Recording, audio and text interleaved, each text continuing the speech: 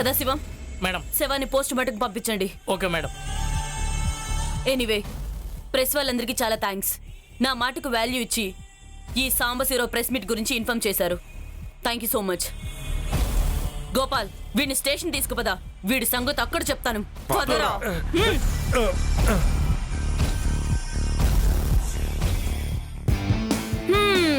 అమ్మయ్యా ఓ పని అయిపోయిందిరా. పా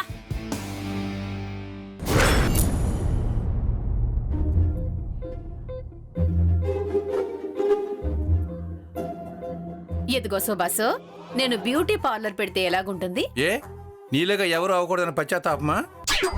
ఏం మాట్లాడుతున్నావు బావా? ఇప్పుడు కానీ అక్క బయటికి వెళ్తే ఇప్పటికీ అందరూ కళ్ళప్పు పెట్టి చూస్తారు. ఒరేయ్ మరి అలా పొగడకు రాసి గత్తుంది. పోసి నీ సిగ్గు శివడా. ఒరేయ్ దాన్ని కళ్ళు అప్పగించడం అనరా, కళ్ళు తేలేయటం అంటారు.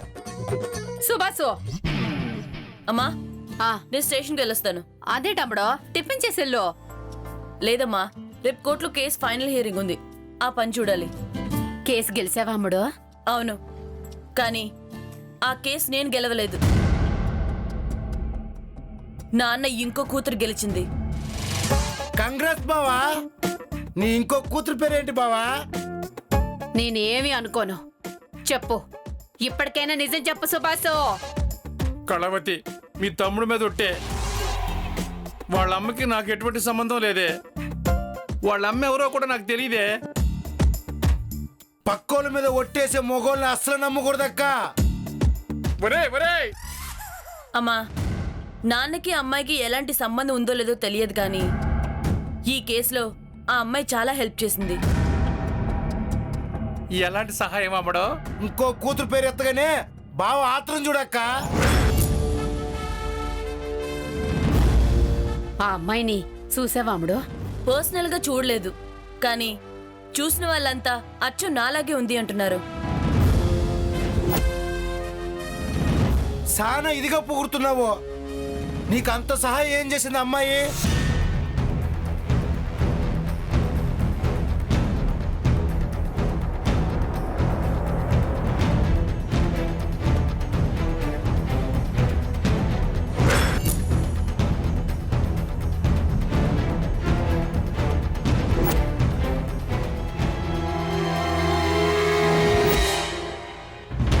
పోలీస్ ఆఫీసర్ లాగా అంత తెలివిగా డీల్ చేసిందంటే ఆ అమ్మాయి ఎవరో మంచి గట్టికిరాల్లాగా ఉందమ్మడు. ఆ అమ్మాయి దగ్గర ఈ కేసుకి సంబంధించి ఏదో బలమైన ఆధారం ఉంది నాన్న, అందుకే అంత ఈజీగా డీల్ చేయగలిగింది. ఒకసారి ఆ అమ్మాయిని చూడాలనుందమ్మడు. అక్క విన్నావా? ఒరేయ్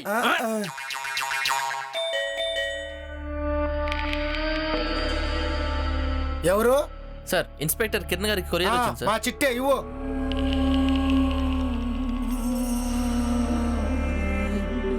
సార్ ఈ బుక్ మీద సైన్ చేయండి సార్.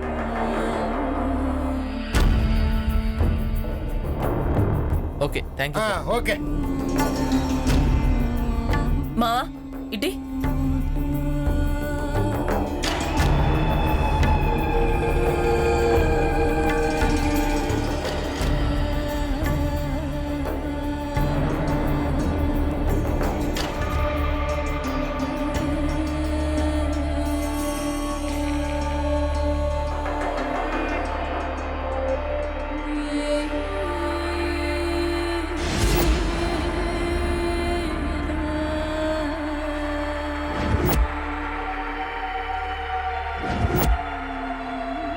అందులో ఏముందమ్మడు? వాచ్మెన్ కేసులో హంతకుడు దొరికేశాడు. మీ శ్రేయభిలాష అయితే పేరేంటో? మా హిష్మతి. శివగామేం కాదు, ఏదో తమాష చెప్పినట్టుగా ఉంది చిట్టి.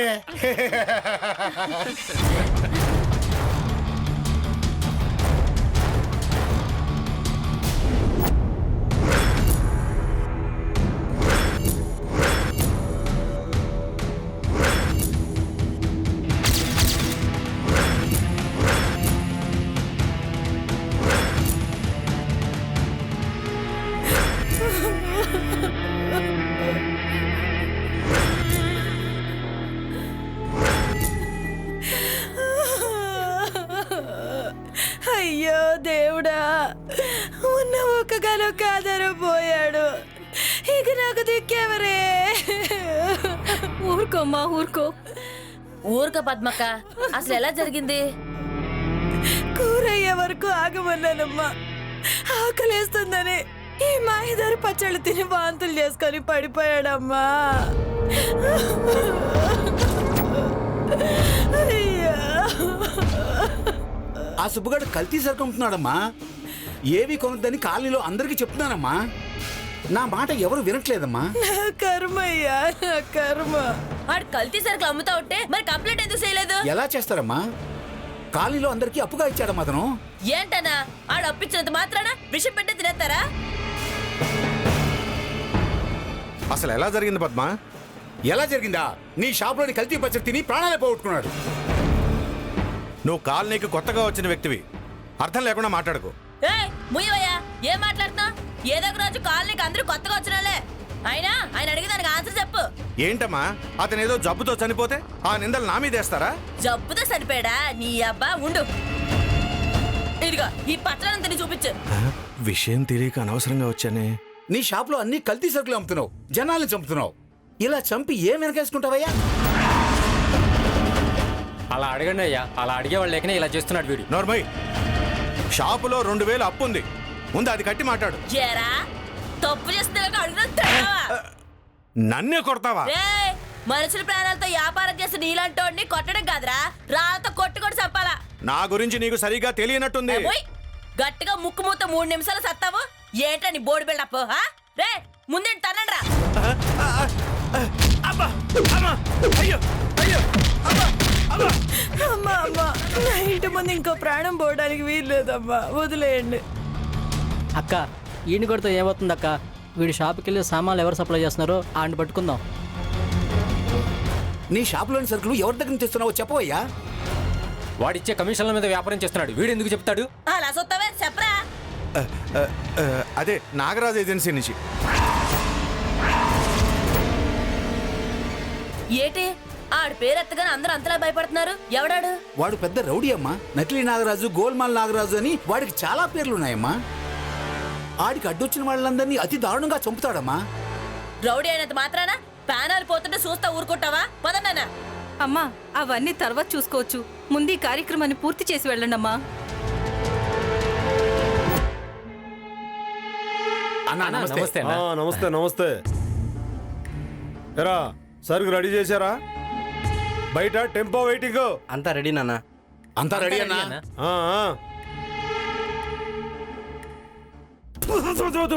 ఏంట్రా ఎంత కారం? ఎరా ఈ కారంతో ప్రజలను చంపాలనుకుంటున్నారా ఏంటి? 50% కారం, 50% మన పౌడర్ మిక్స్ చేయమని చెప్పాను కదా. సగం కారం, సగం మన మెటీరియల్ రెండు కలిపి ప్యాక్ చేస్తానన్నా.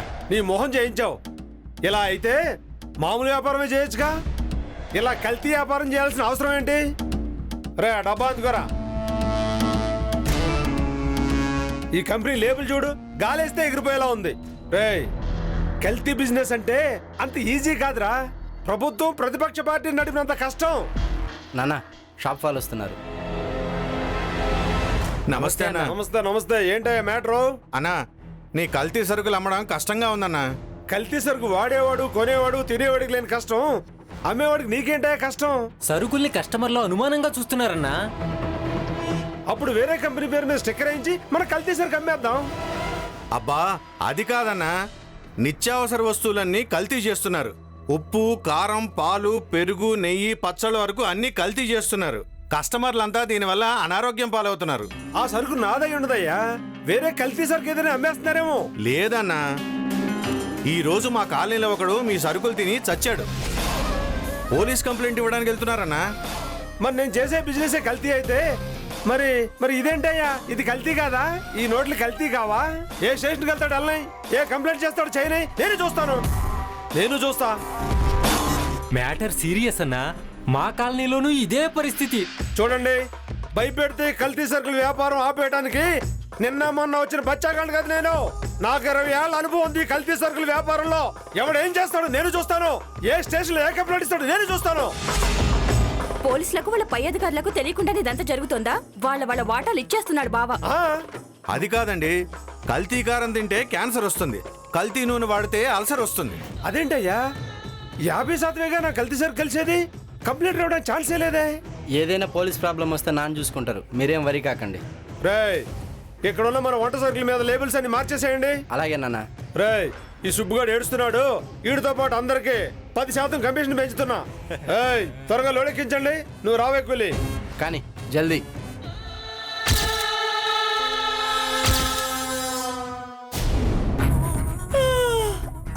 ఎండ చంపేస్తుంది రోజు.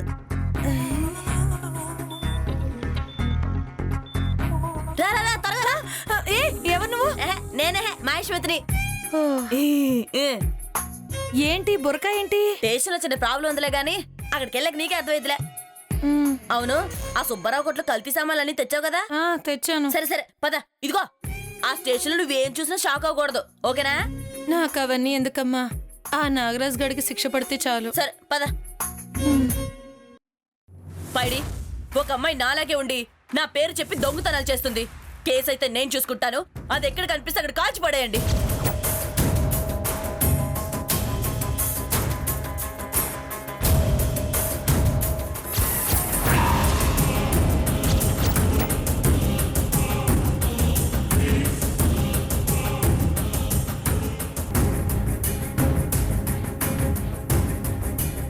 మేడం,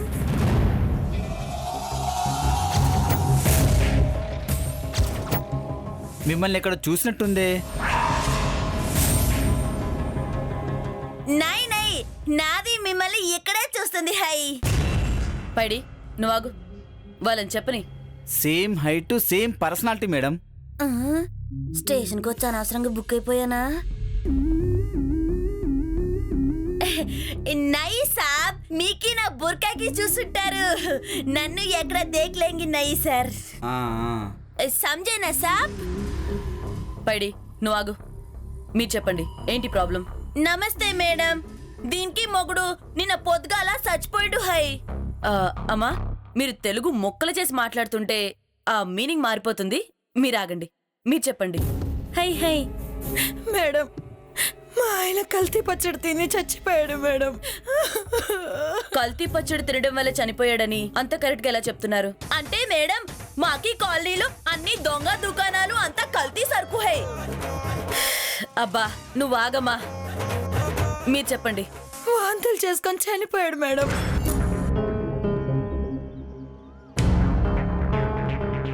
ఇదిగోండి, ఇవే సరుకులు తిని మా ఆయన చనిపోయారు మేడం. మొత్తంకి కల్తీ. హై మ్యామ్, ఇవన్నీ ఏ షాప్ లో కొన్నారు? మా కాలనీలో సబ్బుగడి షాప్ లో మేడం. ఆ సుబ్గాడు నంబర్ 1 కల్తీ. హై మేడం, వాడి తుకుడా తుకుడాగా వేసేయండి మేడం. గోపాల్, ఆ సుబ్బుగడిని తీసుకురా. అబ్బే, లాభం లేదు మేడం, వాడు మీకు ఏమీ చెప్పలేడు మ్యామ్. ఏ మూగోడా? అవును పైడి, కల్తీ షాపులో జరగదు, అది సప్లై చేసే గుడౌన్స్ లో జరుగుతుంది. అబ్బా, ఏకదం బరాబర్ చెప్పిండ్రు మ్యామ్. పోలీస్ అంటే నువ్వే మేడం. మేడం, నాగరాజ్ అనే ఒక బద్మాష్ గాడు ఉన్నాడు మ్యామ్. అవును మేడం, ఆ షాప్ లో సరుకులు వాడి చాలా మంది రోగాలు తెచ్చుకున్నారు మేడం. పైడి, ఆ నాగరాజ్ ఎక్కడున్నాడో వెంటనే కనుక్కో. తెలుసు మేడం, వాణ్ణి నకిలీ నాగరాజ్ అంటారు. వాడు కల్తీ బిజినెస్ చేస్తుంటాడు. అవు మేడం, వాడు చాలా ఖతర్నాకు మ్యామ్, పాము లెక్క. పాము అంటే కూరలు పీకేస్తే సెట్ అయిపోతాడు. పైడి, వెళ్ళి తీసుకురా. అలాగే మేడం. గోపాల్ మేడం, ఈ ఐటమ్స్ ల్యాబ్ కి పంపించి త్వరగా రిపోర్ట్ ఇమ్మని చెప్పు. అలాగే మేడం. ఓకే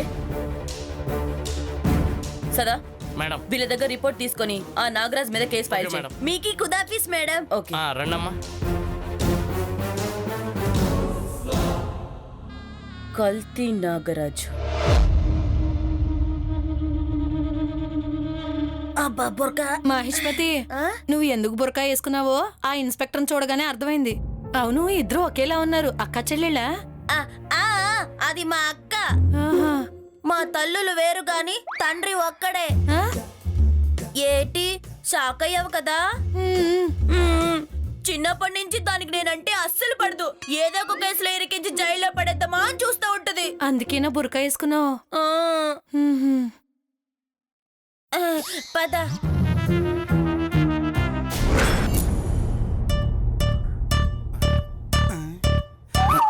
ఒరే కరీనా బామర్ది 366 రోజులు 24 గంటలు ప్రాక్టీస్ చేసినా గల్లీ టీంలో కూడా సెలెక్ట్ కావురా నువ్వు. బావా నువ్వు డిస్టర్బ్ చేయదు, గమ్మునే ఉండు. రే తమ్ముడు, ఇంట్లో క్రికెట్ ఆడితే అసహ్యంగా ఉంటుందిరా. పద గ్రౌండ్ లో ప్రాక్టీస్ చేద్దాం. అమ్మా మీ ఇద్దరు గోల భరించలేకే చెల్లిని హాస్టల్లో పడేశాను. అవునమ్ముడు, చిట్టి తల్లిని హాస్టల్లో చేర్చిన కానించి ఇంట్లో సందడి లేకుండా పోయింది. అవును, ఇప్పుడు ఎందుకు వేసావు అమ్ముడు? ఇంకా టైం ఉంది కదేటి. ఆ, మీ ఇద్దరు ఇలాగే ఉంటే అది చదివే కాస్త కూడా చదవదు. అందుకే అవునమ్ముడు. సుబాసు అక్క మీరంతా అనుకున్నట్టు నేను క్రికెట్ ప్రాక్టీస్ చేయడం లేదు. మరి ఈ మధ్యన ప్లాస్టిక్ బియ్యం మార్కెట్లోకి వచ్చాయంట కదా, ప్లాస్టిక్ కాదో టెస్ట్ చేస్తున్నాను. అవునా? ఆ, నా తమ్ముడే, నువ్వు సేరా సే. ఇది బాల్ మాదిరి ఎగిరే బియ్యమా లేకపోతే ప్లాస్టిక్?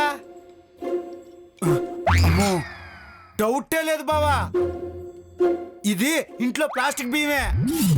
అమ్మో, అది ప్లాస్టిక్ అని అంత కరెక్ట్ గా ఎలా చెప్తున్నావు మావా? చిట్టి నువ్వు పోలీసు అని నిరూపించుకున్నావు. ఆ కల్తీ అంతా నేనే చేసిన డౌట్ పడుతున్నావు కదా. భయపడకు బావా, నేను ప్రాణం పోయినా అలాంటి బిజినెస్ లో కాలు పెట్టను. అవును సుబాసు, ఈ మధ్య అన్ని కల్తీయే. పాలు, నెయ్యి, తినే పెరుగు, పచ్చళ్ళు అన్ని కూడా కల్తీ అయిపోతున్నాయి. ఎరా అన్నం ముద్ద దగ్గరితే కల్తీయేనా? అవును బావా, కావాలంటే చూడు.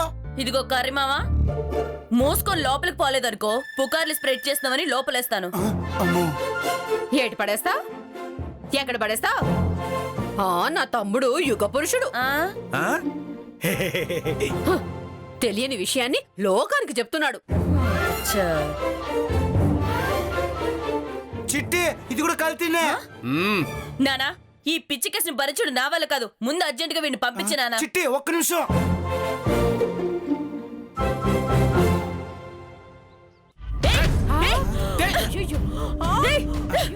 చూసావు నానా? చూడండి కాలుతుంది, చూడండి ఇది కూడా కల్తీనే. నీ బొంద. అబ్బో, అయ్యో తమ్ముడు, ఏ కాలిందా? అవును, ఎందుకు కాల్చావు చిట్టి? ఆ, నువ్వు కల్తీయో కాదో చెక్ చేద్దామని. నీ తొక్కలో భయాలు మా మీద రుద్దకు. అది పేపర్ కాబట్టి కాలింది. అవునమ్ముడు, వీడికి వ్యాపకాయ అంత వెర్రున్నా ఆలోచిస్తుంటే ఆవకాయ అంత నిజం కూడా ఉన్నట్టు అనిపిస్తుంది. ఎందుకంటే ఈ మధ్య కల్తీల గురించి టీవీలో పేపర్లో చూపిస్తున్నారు కదా. నిజమే బావా.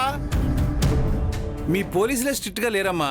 అంటే కల్తీ రాకెట్స్ తో కుమ్మక్కయ్యారా? నానా, అని బయట టాకమ్ముడు.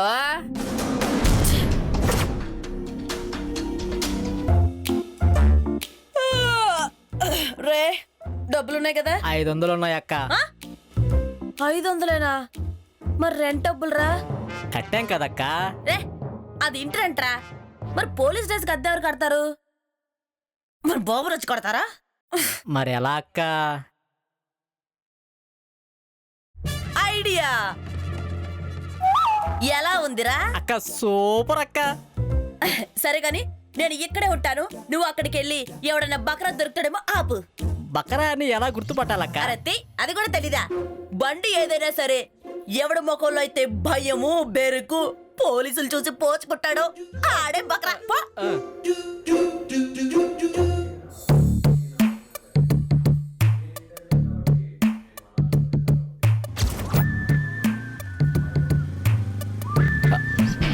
అమ్మో, ఈడు చూసాడంటూ గుర్తుపట్టేస్తాడు.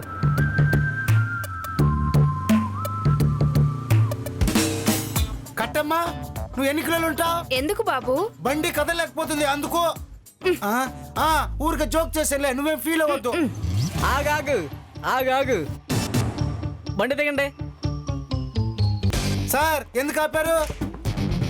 కల్తీ సరుకుల రవాణా జరుగుతుంది, చెక్ చేయాలి. సార్ మేము అట్టంటి వాళ్ళు కాదు సార్. అది చెప్పాల్సింది మేము. సార్ మా చిట్టు కూడా ఇన్స్పెక్టర్ సార్, పేరు చెప్తే ఊరంతా వణకాలి.